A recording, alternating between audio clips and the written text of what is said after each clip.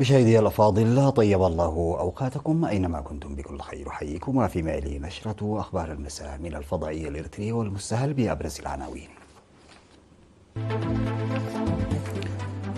قائد القيادة الغربية يعقد سيمينارا في أغرداد. تطور الخدمات التعليمية في فرو.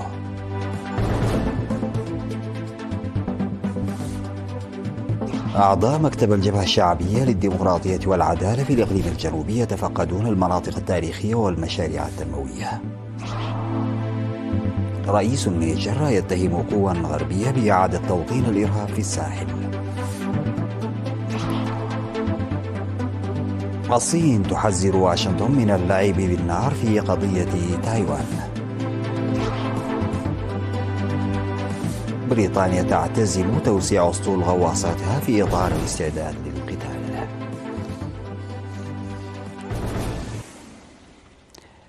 السلام عليكم ورحمة الله وبركاته. عقد قائد القيادة الغربية العميد إيوب فسحي حليباي سيمينارا يوم 29 من مايو المنصرم في أغرداد لعمال القطاع العام ومنتسبي قوات الدفاع حول الأوضاع الراهنة. وقدم العميد إيوب في السيمينار الذي نظمه فرع الاتحاد الوطني للشباب والطلبة في إقليم القشبركة قدم توضيحا موسعا عن النضال السياسي والمسلح للشعب الإريتري والمؤامرات والدسائس ضده والثمن الذي أجبر على دفعه والقيم التي تم تنميتها، وذكر على تعزيز دور وتأثير كافة عمال المؤسسات الحكومية في محيطهم. ودعا العميد إيوب الشباب إلى الاستفادة من الفرص التي توفرها الحكومة لرفع مستوى وعيهم والوصول إلى أعلى مستوى تعليمي ومهني. من جانبهم دعا المشاركون إلى الدفع بالسمينارات حول القضايا الإقليمية والدولية الراهنة لما لها من أهمية في توجيه الأجيال الجديدة.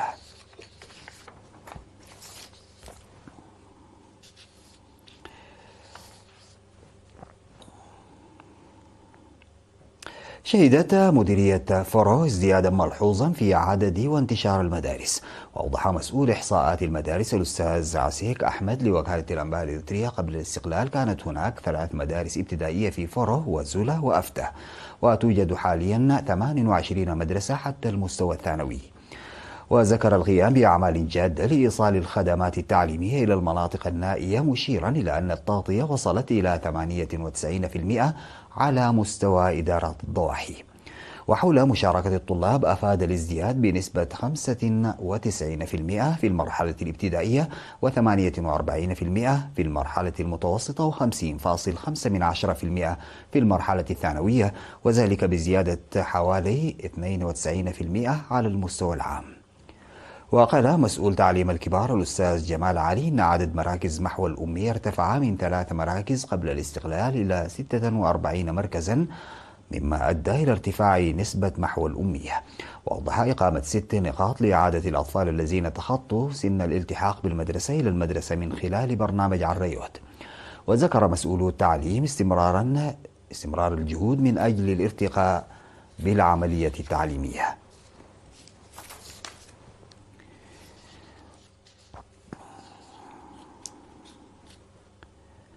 أجرى أعضاء المكتب الجبهة الشعبية للديمقراطية والعدالة في الإقليم الجنوبي جولة تفقدية لمدة 3 أيام في المواقع التاريخية والتنموية في إقليم شمال البحر الأحمر. وشملت الجولة التي تم تنظيمها في الفترة ما بين 30 من مايو وحتى 1 من يونيو لمشاهدة تقدم برامج التنمية والتعرف على التاريخ، وزيارة سد قحتيلاي بسعة 50 مليون متر مكعب من المياه والذي اكتمل بنسبة 98%، ومطار مصوع الدولي الذي تم بناؤه بالقدرات المحلية كليا، ومصنع البلاستيك والخزانات وميناء مصوع. كما قدم لهم المدراء التنفيذيون والمهنيون شرحا شاملا للأهداف والخطط المستقبلية المتعلقة بتلك البرامج التنموية الوطنية.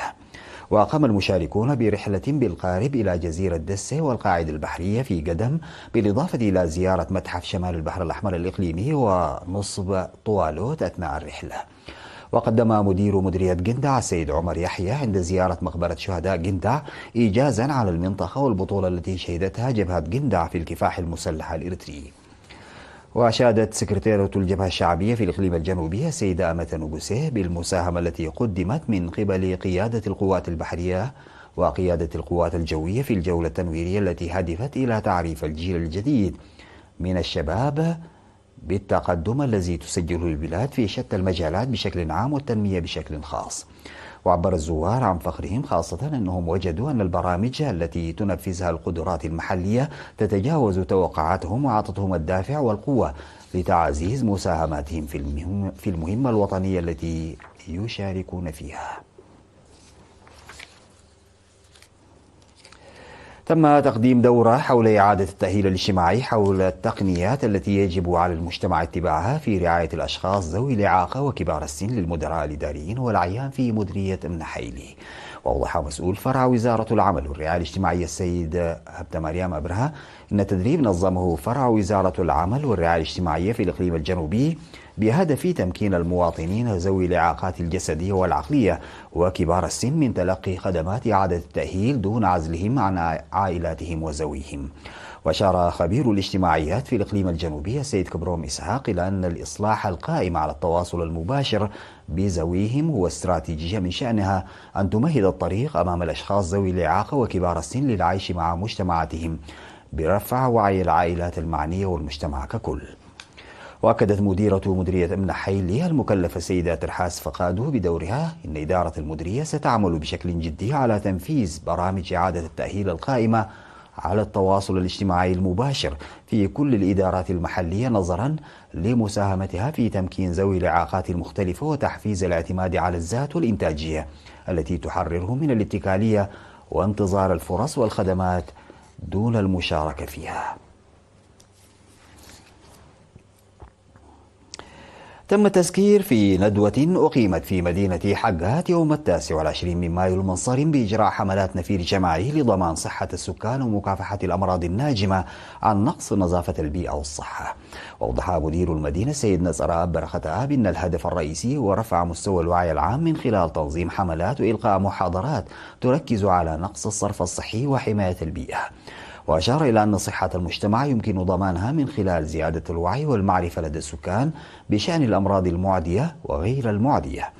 وقدم السكان من جانبهم اقتراحات لاستمرارها خاصة أنهم وجدوا المحاضرة مفيدة في مراقبة وضمان صحتهم ويجب جمع القوامة والتخلص منها بشكل صحيح في جميع أنحاء المدينة كما يجب استمرار الأنشطة المدرة للدخل بطريقة منظمة. في غضون ذلك تم الإشادة بمبادرة اتخذها سكان 5 قرى تابعة لمديرية مندفرة بتنظيم نفير لتنظيف البيئة.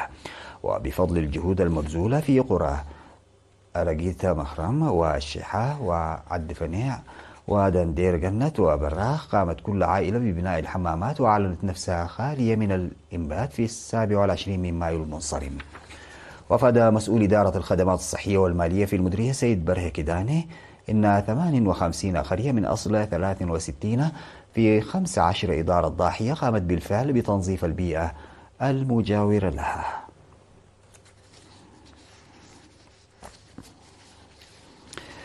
بعد الفاصل سيداتي وسادتي أعود بالأخبار الخارجية.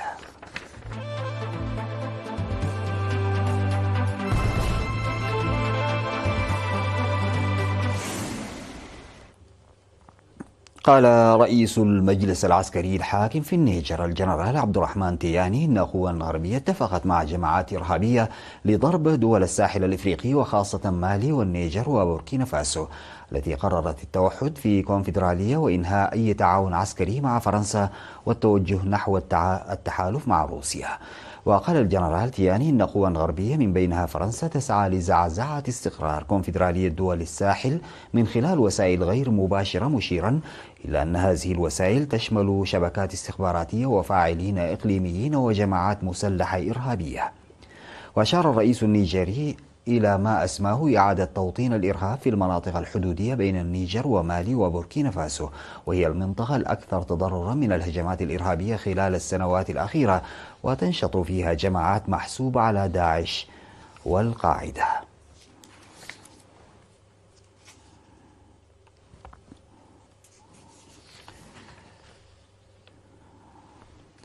قالت وزارة الخارجية الصينية إن الصين احتجت لدى الولايات المتحدة بسبب تصريحات مسيئة أدلى بها وزير الدفاع الأمريكي بيت هيجسيث واتهمته بتجاهل دعوات السلام من دول المنطقة عمدا. وأضافت الوزارة أن الصين اعترضت على وصف هيجسيث لها بأنها تمثل خطرا في منطقة المحيطين الهندي والهادئ، ووصفت تصريحاته في حوار بأنها مؤسفة وتهدف إلى بث الفرقة. وأضافت الوزارة في بيانها: نشرت الولايات المتحدة أسلحة هجومية في بحر الصين الجنوبي، وواصلت تأجيج التوتر في منطقة آسيا والمحيط الهادئ، مما حول المنطقة إلى برميل من البارود. وفي إطار علاقات واشنطن الدفاعية طويلة الأمد مع الفلبين، نشر الجيش الأمريكي هذا العام قاذفات تايفون القادرة على إطلاق صواريخ لضرب أهداف في كل من الصين وروسيا من جزيرة لوزون. تعتزم بريطانيا توسيع أسطولها من الغواصات الهجومية التي تعمل بالطاقة النووية في إطار مراجعة دفاعية تستهدف إعداد البلاد لخوض حرب حديثة. ويسعى رئيس الوزراء كير ستارمر مثل غيره من الزعماء الأوروبيين جاهدا لإعادة بناء القدرات العسكرية للمملكة المتحدة في أعقاب تصريحات للرئيس الأمريكي دونالد ترامب بأن القارة الأوروبية بحاجة إلى الاطلاع بمسؤولية أكبر لتحقيق أمنها الخاص. ومن شأن مراجعة الدفاع الاستراتيجي المقرر نشرها أن تدعو القوات المسلحة البريطانية إلى الانتقال إلى حالة الاستعداد للقتال وتحديد التهديدات التي تواجهها. من بين التغييرات، ذكرت وزارة الدفاع البريطانية أن لندن ستبني ما يصل إلى 12 من غواصاتها الهجومية من الجيل الجديد التي تعمل بالطاقة النووية، لكنها تحمل أسلحة تقليدية وليست نووية، لتحل محل الأسطول الحالي المكون من 7 غواصات اعتبارا من أواخر 2030. دمرت الفيضانات في جنوب غربي الصين عشرات الجسور والمنازل، وتسببت فيضانات وانهيارات أرضية في جنوب غربي الصين خلال الأيام الأخيرة في أضرار واسعة بالبنية التحتية من دون تسجيل خسائر بشرية حتى الآن، رغم تزامن الكارثة مع عطلة وطنية ووجود عدد كبير من السياح في المنطقة. وذكرت السلطات المحلية أن 27 منزلا و16 جسرا تضرروا في مقاطعة نوجيانغ ليسو الجبلية ذاتية الحكم الواقعة في إقليم يونان، في حين لا تزال أعمال التقييم والإنقاذ مستمرة. وفي مقاطعة ديتشينغ التبتية ذاتية الحكم، أدت الفيضانات والانهيارات الأرضية إلى إغلاق العديد من الطرق، وعاق الضباب الكثيف جهود الإنقاذ.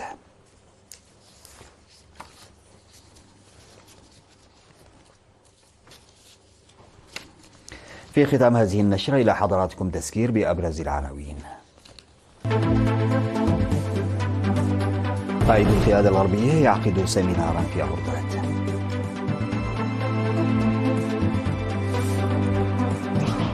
تطور الخدمات التعليمية في فرو.